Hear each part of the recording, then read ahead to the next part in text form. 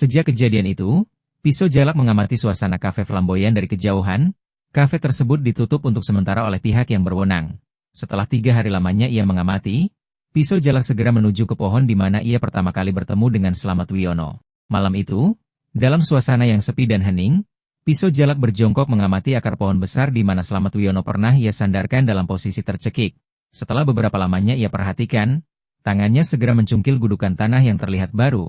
Dengan jepitan ibu jari dan jari telunjuknya, Pisau Jalak mulai mengambil secari kertas yang dilapisi oleh lapisan plastik terpendam di bawah pohon tersebut. Dengan mata tajamnya ia mulai membaca tulisan yang berupa informasi pemberian dari Slamet Wiono. Tuan, saat ini pihak kepolisian sedang dalam penyelidikan kasus kematian 3 pria yang disinyalir sebagai kasus pembunuhan. 2 saksi yang berada di TKP sedang menjalani proses pemeriksaan. Tersangka diduga bernama Adri, salah seorang pengunjung kafe yang baru-baru ini sering datang ke sana. Ketiga orang yang terbunuh di lokasi kejadian teridentifikasi sebagai jaringan pengedar narkotika di bawah pimpinan Codet. Codet sendiri adalah anak buah atau jaringan dari Mr. K. Berarti sudah 10 anggota jaringan Mr. K yang terbunuh dalam kurun waktu 7 bulan ini. Dan saya mendapatkan informasi bahwa jaringan ini sedang berencana menculik salah satu karyawan kafe tersebut yang bernama Ria. Saya belum tahu waktunya. Akan tetapi sepertinya menunggu kasus ini reda. Ini alamat Ria, Jalan Mawar nomor 65 RT 13 RW 02 Kota Lama. Di bawah tulisan itu terdapat sedikit pesan tambahan, NB. Aku kagum kepada cara Anda membunuh. Namun bila aku boleh memberikan saran, mulai saat ini bunuhlah mereka dengan satu identitas yang khas dan sama. Sehingga itu akan menjadi pesan menakutkan bagi kawanan gembong narkotika durjana yang saat ini masih bergentayangan. Pisau Jalak menghela napasnya dalam-dalam. Lalu ia berdiri dan mulai berjalan menembus gelapnya malam kemudian hilang terbawa angin menuju ke suatu tempat. Sampai pada suatu malam, tepatnya sekitar pukul 20.12, di sebuah warung kopi yang berseberangan dengan sebuah rumah kontrakan di Jalan Mawar nomor 65 RT 13 RW 02 Kota Lama, 2 orang lelaki berpakaian preman sedang asyik meminum kopi sembari menghisap rokok masing-masing. Walau dalam keadaan santai, keduanya mengambil posisi duduk menghadap ke arah rumah kontrakan yang baru saja dimasuki oleh seorang wanita.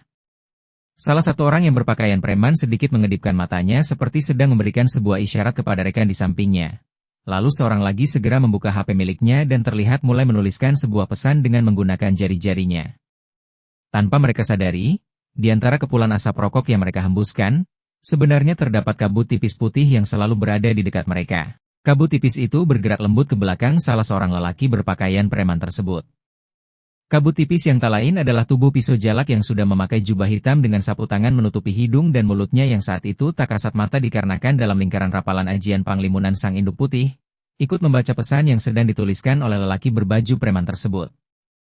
Izin melaporkan komandan, saat ini Kunang-Kunang 1, baru saja masuk ke dalam rumahnya dalam keadaan aman, belum ada tanda-tanda yang mencurigakan, 2 elang tetap standby dan mohon petunjuk. Tak lama pesan itu pun mendapatkan balasan, tetap siaga dan pantau terus sampai pada pergantian personel elang selanjutnya, jaga koordinasi dengan tim alap-alap yang sedang terbang di sekitar lokasi.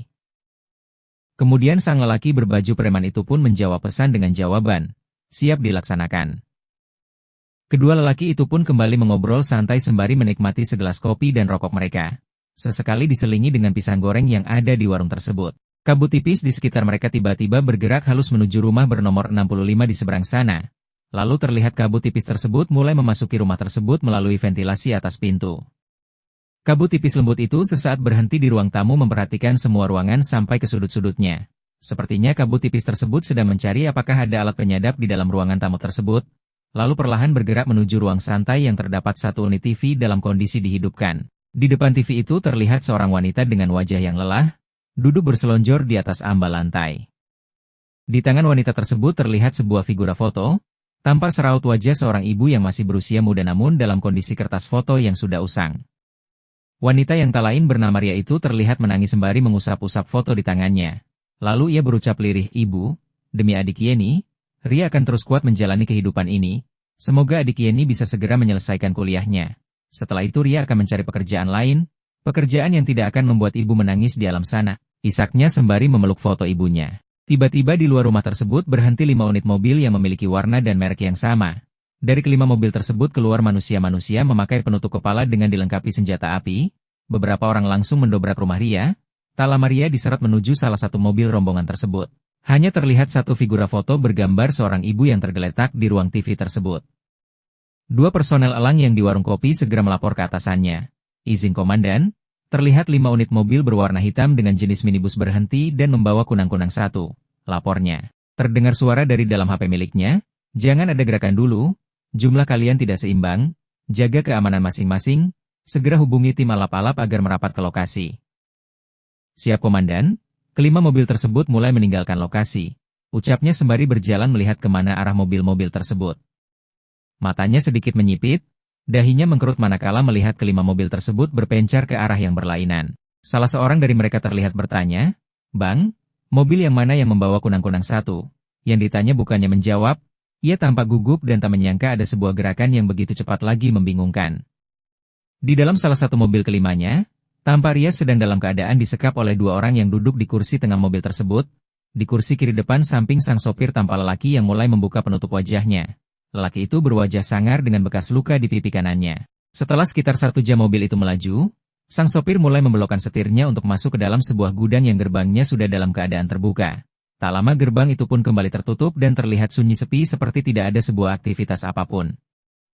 Di dalam gudang, Ria diseret menuju suatu ruangan yang berada di tengah-tengahnya. Hitungan menit lampu dalam gudang tersebut langsung dimatikan kecuali ruang tengah yang nyaris tak memiliki celah lubang, sehingga suasana terang dalam ruangan tidak dapat dilihat dari dalam gudang maupun luar gudang. Orang-orang tersebut merasa sudah melakukan kegiatan pengamanan yang sangat sempurna. Namun tanpa mereka semua sadari bahwa ada kabut tipis lembut yang selalu mengikuti mereka mulai dari rumah nomor 65 sampai di dalam ruangan di mana mereka saat ini berada. Dalam keadaan ketakutan dan menangis, Ria didudukan di sebuah kursi dengan meja di depannya. Terlihat sebuah wajah angker dengan bekas luka di pipi kanannya membuat wajahnya semakin menyeramkan. Ria mulai berkata, "Bang Codet, kasihanilah Ria." Ria tidak tahu apa-apa, ucapnya sembari ketakutan. Orang yang dipanggil dengan sebutan Codet itu tampak santai sembari menghidupkan rokok yang berada di bibirnya dengan menggunakan korek api bermerek Zippo. Ting, terdengar suara renyah dari korek api itu saat tutupnya terbuka. Sementara terlihat 2 orang anak buahnya berdiri siaga di belakang Ria sambil tersenyum sinis. Asap rokok dihembuskan dari mulut Codet ke arah wajah Ria. Ria pun menjadi sedikit terbatuk-batuk sembari sedikit menahan tangis. Tiba-tiba keempat orang yang ada di dalam ruangan tersebut menjadi tersentak kaget manakala mendengar suara orang asing yang serak dan berat, berasal dari belakang 2 lelaki kekar yang berdiri di belakang kursi Ria sambil berkata, "Akhirnya aku menemukanmu, Codet." 2 lelaki kekar segera membalikkan tubuh mereka. Namun sayang keduanya segera mendapatkan rasa sakit yang sangat teramat pada tenggorokan masing-masing. Sepasang tangan kekar dan kokoh begitu cepat mendaratkan sentuhan keras sehingga mengundang malaikat Israel untuk menjemput nyawa mereka seketika itu juga. Codet yang melihat 2 anak buahnya roboh langsung mencabut pistol dari pinggangnya. Namun sayang dagunya tiba-tiba terhantam keras oleh lutut kanan sosok berjubah hitam yang melesat bagaikan angin menyerangnya. Tubuh Codet sempoyongan, belum lagi ia sempat bangkit. Ia merasakan 2 bahunya bagaikan hancur lebur terhantam 4 jari tangan kanan sosok berjubah hitam tersebut yang dilakukan dengan sangat cepat. Mulutnya mulai meringis kesakitan, 2 tangannya tak memiliki tenaga, pistol di tangan kanannya pun jatuh ke lantai. Selanjutnya ia merasakan sebuah cekikan kokoh di lehernya. Napas Codet serasa berhenti. Pandangannya mulai kabur menangkap sebuah wajah yang hidung dan mulutnya ditutupi kain hitam dengan topi ala cowboy berada di atas kepala sosok itu. Selanjutnya Codet pingsan seketika. Melihat targetnya jatuh pingsan, pisau jalak membanting tubuh Codet ke lantai. Selanjutnya tubuh pisau jalak berbalik menghadap Ria yang terlihat lemas dan menahan rasa takut yang luar biasa. Pisau jalak mendekati Ria, lalu tangan kanan pisau jalak mengambil sesuatu dari balik jubahnya. Ria tersentak kaget, ia melihat figura foto ibunya berada di tangan lelaki berjubah hitam kekar yang tidak ia kenal berdiri di depannya. "Ibumu yang membawaku kemari. Beliau berpesan agar engkau segera meninggalkan tempat ini, karena tempat ini sebentar lagi akan menjadi tempat berkumpulnya mayat-mayat hina berjubah mahligai dosa," ucap pisau jalak. Tanpa berpikir panjang, Ria segera berlari keluar ruangan tengah di mana tadi ia disekap sembari membawa figura foto ibunya dalam dekapan kedua tangan di dadanya. Kondisi gelap tak mematahkan semangat Ria untuk berusaha mendekati gerbang gudang. Ketika kedua tangannya hendak membuka gerbang gudang, telinganya mendengar suara banyak mobil yang mulai mendekati gerbang gudang dari arah luar. Ria segera mengurungkan niatnya, ia mulai berlari menuju ke sudut gudang di mana terdapat banyak tumpukan kotak kayu, drum dan juga ban bekas. Tubuhnya mulai ia sembunyikan di antara tumpukan-tumpukan benda tersebut. Seketika gerbang gudang mulai terbuka disusul dengan masuknya 3 mobil dengan mobil terakhir yang terlihat paling mewah. Tak lama lampu di area gudang mulai hidup secara bersamaan. Selanjutnya masing-masing penumpang dua mobil yang berada di depan mobil mewah keluar dengan waktu yang hampir bersamaan. Penumpang yang terdiri dari masing-masing 4 orang itu segera berdiri mengelilingi mobil mewah tersebut. Ria mulai memperhatikan ketika seseorang di antara mereka berlari menuju ke mobil yang terlihat mewah tersebut, lalu terlihat menunduk hormat sembari mendengarkan sebuah perintah dari sosok tuannya yang masih duduk santai di dalam mobil mewah tersebut. Tak lama orang yang mendapat perintah tersebut membalikkan badannya lalu menghadap ke ruangan tengah sambil berteriak, "Bang Codet, bos besar ingin bertemu dengan wanita itu." Lama tak mendapatkan jawaban, lelaki itu berulang-ulang memanggil Codet untuk segera menghadap bos besar yang ada di dalam mobil mewah. Merasa tak mendapatkan jawaban, terlihatlah seorang lelaki yang terlihat tua keluar dari mobil mewah tersebut. Di tangannya terdapat cerutu besar dan mahal. Tubuhnya dibalut setelan jas yang pastinya memiliki harga yang mahal pula. Lelaki tua itu berdiri di samping mobilnya. Hitungan detik tampak 2 orang segera mengawalnya di samping kanan dan kiri. Matanya mulai menajam. Ia mulai bertanya kepada orang yang tadi ia perintahkan, "Kemana si Codet?" Lelaki yang tadi berteriak segera berlari kecil mendekati lelaki tua tersebut seraya berkata, "Mungkin masih di dalam ruangan, Tuan Kara." Lelaki tua yang tak lain adalah Mr. K alias Tuan Kara itu segera berteriak lantang, "Codet! Cepat datang kemari." Tak lama dari berhentinya bentakan itu, tiba-tiba pintu ruang tengah gudang terlihat terbuka perlahan. Dari dalam gelap ruangan tersebut tampak bayangan sosok hitam yang berjalan perlahan. Langkahnya gontai seperti layaknya zombie. Melihat itu Ria segera mengambil sapu tangan dari dalam sakunya. Lalu ia mulai mengikat mulutnya. Itu adalah salah satu upaya agar ia tetap aman saat rasa takut tak dapat ia kendalikan. Dengan demikian jeritannya akan tertahan jika sesuatu hal mengerikan akan terjadi di depan matanya. Sosok gontai yang berjalan perlahan yang tak lain adalah Codet, mulai keluar dari ruangan gelap menuju ke tempat Tuan Kara berdiri. Kepalanya sedikit tertunduk, kedua tangannya terlihat tergantung lemas tanpa tenaga. Lalu di belakangnya terlihat sosok lelaki tegap menggunakan jubah hitam. Bertopi ala Chow Bao dengan hidung dan mulut yang tertutupi kain hitam mengikutinya dengan perlahan pula. Melihat kehadiran orang asing di belakang Codet, serentak para pengawal Tuan Kara yang berjumlah 8 orang itu langsung mencabut pistol dan sebagian lagi mengeluarkan beberapa senjata tajam. Hanya 2 orang di samping Tuan Kara yang terlihat tampak tenang. Walau tangan kanan masing-masing sudah mulai masuk ke dalam setelan jas yang mereka pakai memegang pistol grip yang mereka letakkan di bawah ketiak kiri mereka. Itu tanda bahwa mereka juga dalam keadaan siaga dan waspada. Tuan Kara mulai fokus melihat sosok berjubah hitam yang tak lain adalah pisau jalak. Pikirannya mulai ia putar keras. Bagaimana tidak, dikepung 8 orang dengan senjata api dan senjata tajam. Namun sosok itu terlihat tetap santai dengan posisi kedua tangan dimasukkan ke dalam saku kanan dan kiri jubah panjangnya sembari berjalan mengiringi Codet yang terus saja berjalan mendekati Tuan Kara. Pisau jalak yang berjalan perlahan memang sengaja memasukkan kedua tangannya ke dalam saku jubah miliknya. Hal itu dikarenakan di dalam saku kanan dan kirinya tersebut terdapat beberapa butir gotri yang siap ia jadikan munisi ajian selentik kilat miliknya. Setelah berjarak sekitar 6 langkah dari Tuan Kara, Codet tampak berhenti. Sementara semua orang yang memegang senjata api mulai mengarahkan moncong senjata ke arah pisau jalak, dan yang tidak membawa senjata api hanya bersiaga sambil memegang pisau ataupun golok di tangan mereka. Tanpa ada yang menduga, tiba-tiba tubuh Codet jatuh bersimpuh sembari berkata, "Tuan Kara, ada yang ingin bertemu dengan Tuan." Disusul dengan jatuhnya tubuh Codet tertelungkup. Tuan Kara segera menenangkan pikirannya dengan cara menghisap cerutunya dalam-dalam, lalu memandangi pisau jalak dengan seksama. "Siapa engkau? Dan kenapa mencariku?" Pisau jalak kemudian mengeluarkan suara berat dan seraknya, "Namaku Pisau Jalak, aku mencarimu untuk menagih hutang yang telah engkau perbuat." Tuan Kara tertawa terbahak-bahak, "Hahaha, hutang apa bocah? Dan kapan aku pernah berhutang kepadamu?" Pisau Jalak dengan tegas menjawabnya, "Hutang nyawa Slamet Wahono sahabatku."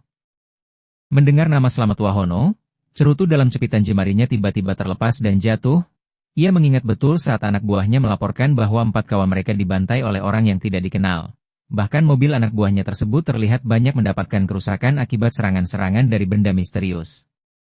"Ja, jadi, engkaulah orangnya, orang yang telah membantai anak buahku." Desisnya tajam, "Berdebah kau Pisau Jalak," bentaknya. Usai bentakan itu, sejumlah 4 orang anak buah Tuan Kara yang membawa senjata tajam langsung menyerang Pisau Jalak secara bersamaan. Mata tajam Pisau Jalak mulai melirik ke arah 4 orang dengan 2 orang di kanannya dan 2 orang berada di kirinya yang mulai berlari mendekat sembari menghunuskan senjata tajam di tangan mereka masing-masing tanda siap menyabetkan benda bermata tajam tersebut. Pisau Jalak segera mengeluarkan tangan kanan dan kirinya dari dalam saku jubahnya dengan masing-masing tangan sudah menyelipkan 2 butir gotri di sela-sela jari. Seketika Pisau Jalak berteriak sembari melompat tinggi dan berputar. Ajian Selenti Kilat. Tak lama dari itu 4 cahaya putih yang sebenarnya adalah lesatan cepat gotri membuat 4 orang anak buah Tuan Kara berteriak keras kesakitan sembari memegangi kening mereka yang menyemburkan cairan hangat berwarna merah. Lalu keempat orang tersebut bergulingan di lantai kemudian meregang nyawa. Kejadian yang berlangsung cepat itu membuat 4 orang lainnya menjadi terkejut. Lalu dengan sigap, 3 pucuk pistol dan 1 pucuk senapan laras panjang di tangan mereka mulai memuntahkan biji-biji besi proyektil disertai irama ledakanan yang memekakan telingan ke arah Pisau Jalak. Gemuruh suara rentetan senjata tersebut berlangsung beberapa menit lamanya. Area gudang tiba-tiba menjadi gelap berkabut tertutupi oleh banyaknya asap yang keluar dari moncong senjata anak buah Tuan Kara. Belum lagi mereka bisa memperhatikan kondisi sasaran yang mereka hujani peluru. Terdengar satu suara yang berteriak kesakitan. Lalu tak lama disusul suara tembakan-tembakan yang semakin bergemuruh di area gudang tersebut. Melihat hal tersebut Tuan Kara segera memerintahkan kedua pendampingnya untuk masuk ke mobil dan menyuruh sopirnya agar segera meninggalkan gudang tersebut. Di dalam mobil mewah itu dengan sangat gugup Tuan Kara mulai menekan tombol handphone miliknya. Setelah HP tersambung dengan cepat Tuan Kara berteriak, "Halo sahabatku, tolong aku, di mana dirimu, tolong aku." Lalu dalam HP miliknya terdengar jawaban, "Kenapa Tuan Kara? Ada apa dengan diri MU?" Tuan Kara kembali berkata, "Aku sedang menyelamatkan diri dari kejaran si Pisau Jalak. 5 orang anak buahku sudah dilumpuhkan olehnya. Aku yakin 3 orang lagi pasti akan dapat dilumpuhkan juga oleh Pisau Jalak." Seseorang dalam HP kembali bertanya, "Siapa itu orang yang bernama Pisau Jalak?" "Siapa itu Pisau Jalak? Aku belum pernah mendengar namanya." Tuan Kara segera menjawabnya, "Sudahlah tidak banyak waktu saat ini. Aku minta tolong untuk dikirimkan bantuan orang untuk mengamankanku. Aku sekarang sedang menuju markas rahasia kita, di titik 27. Sekarang juga sahabatku, susul aku, karena aku benar-benar membutuhkan pertolongan MU. Jauhkan aku dari titisan iblis kegelapan, Pisau Jalak." Lalu HP Tuan Kara pun terputus.